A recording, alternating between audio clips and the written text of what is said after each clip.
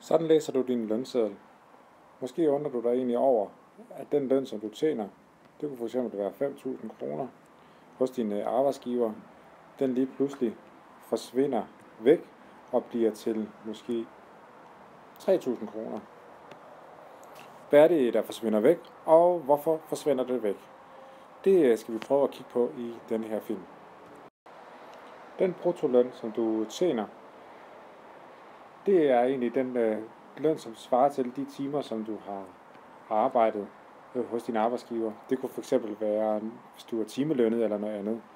Lad os sige her, der er din bruttoløn 5.000 kroner. Nettolønnen, det er den, du får udbetalt på din konto, og det vil sige, det er den, du kan bruge af. Der vil du måske se et væsentligt mindre beløb, det der svarer til 3.000 kroner. Og det vi så kan se ud af det er jo så, at din pris, eller din løn, den er blevet væsentligt mindre. Så hvordan kommer man fra 5.000 til 3.000? Det skal vi prøve at kigge på nu. Første trin i udregningen, det er det, der hedder arbejdsmarkedsbidrag. Arbejdsmarkedsbidrag, det er et bidrag, man betaler til samfundet for at kunne arbejde. Og det svarer til ca. 8% af din bruttoløn. Og i vores tilfælde var vores bruttoløn 5.000 kroner. Så her skal vi altså fundet 8% af 5.000. Det vil sige, at vi siger 5.000 kroner gange med 8. Og da procent betyder 100 dele, dividerer vi med 100. Og så ser vi, at det giver 400 kroner. Det betyder så, at det vi har tilbage af vores løn indtil videre, er 5.000 kroner minus de 400 til arbejdsmarkedsbidrag.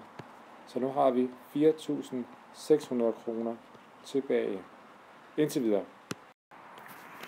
Andet trin hedder fradrag. De første 32.600 du tjener er skattefrit, så dem skal du ikke betale skat af. Hvis vi skulle nu regne ud, hvor mange må du egentlig tjene skattefrit om måneden, kunne vi tage de 32.600 og dividere med 12 og nå frem til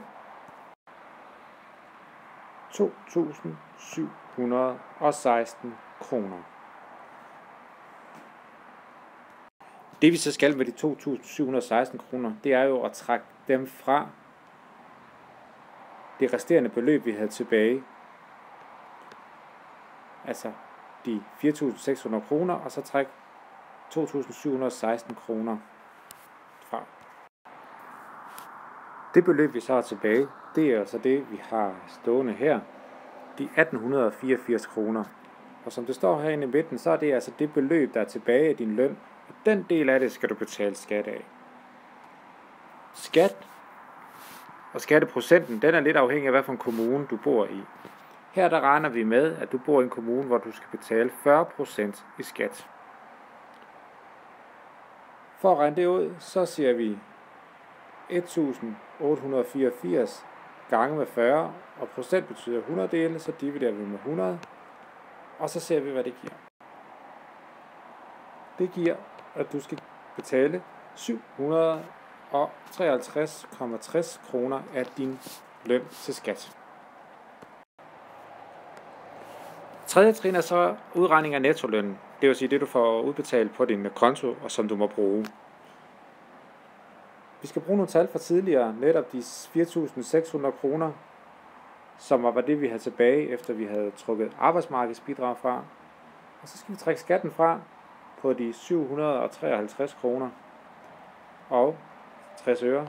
Og så har vi det du har tilbage, det er så de 3.846 kroner og 40 øre, og det er så det, du får udbetalt på din konto, og som du må bruge godt af.